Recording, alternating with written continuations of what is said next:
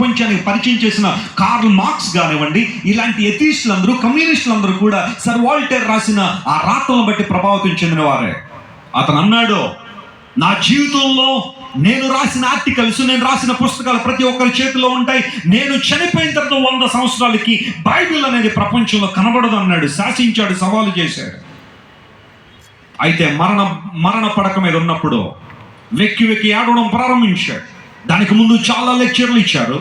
అనేక ప్రాంతాల్లో చాలా మందిని కలిసి అన్నాడు, ఈ భూమి మీద సంతోషంగా ఎవరైనా బ్రతకగలరు అంటే అలాంటి వాడు ఎవడో తెలుసా?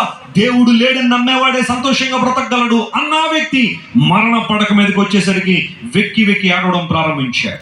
ఎవరో మీలాంటి వాళ్ళు అడిగారు, sir Waltair, you said who believes that there is no God will be the happiest person on this earth, but how come you are weeping and crying like a baby? ఒక చిన్న బిడ్డ ఏడుస్తున్నట్టుగా నువ్వు ఎందుకు ఏడుస్తున్నావు అంటే అతను అన్నాడు, ఏమన్నా తెలుసా? My dear friends, I had never been born. ఈ భూమి మీద నేను పుట్టకుండా ఉంటే బాగుండేది.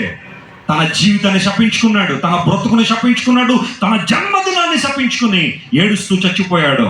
ఇప్పుడు అసలైన కథ ప్రారంభించబడింది. 100 సంవత్సరాల్లో బైబిల్ కనబడదన్నాడు. కేవలం 50 సంవత్సరాలు అయింది అతను చనిపోయి.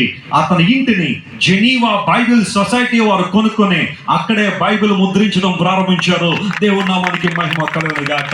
ఏ ఇంటిలోంచి అయితే బైబిల్ కనబడదనే వ్యాఖ్య వచ్చిందో, స్టేట్మెంట్ వచ్చిందో, అదే ఇంటిని ఈ రోజున బైబిల్ సొసైటీ వారు బైబిల్ ముద్రించడానికి వాడుతున్నారంటే నా దేవుని గొప్పతనం ఎంతో మీరు ఆలోచించేయండి. ఒకవేళ రాత్రి నువ్వు ఐశ్వర్యం పొందడానికే ప్రయాసపడుతున్నావంటే ఆ ప్రయాస నిన్ను కృంగదీస్తుంది, నిన్ను ఇబ్బందుల్లోకి నెట్టేస్తుంది, అతి తీవ్రమైన మానసిక ఆందోళన నడిపిస్తా ఉంది. ఐశ్వర్యం పొందడానికి ప్రయాస కాదు. పౌలు అంటాడు, ఫిలిప్పీలకు రాసిన పత్రిక 3వ అధ్యాయంలో దైవజనుడైన పౌలు మాట్లాడుతుంటాడు, నేను క్రీస్తును సంపాదించుకున్నాను అన్నాడు. గట్టిగా చప్పట్లు కొట్టి దేవుని మహిమపరచండి. హల్లెలూయా.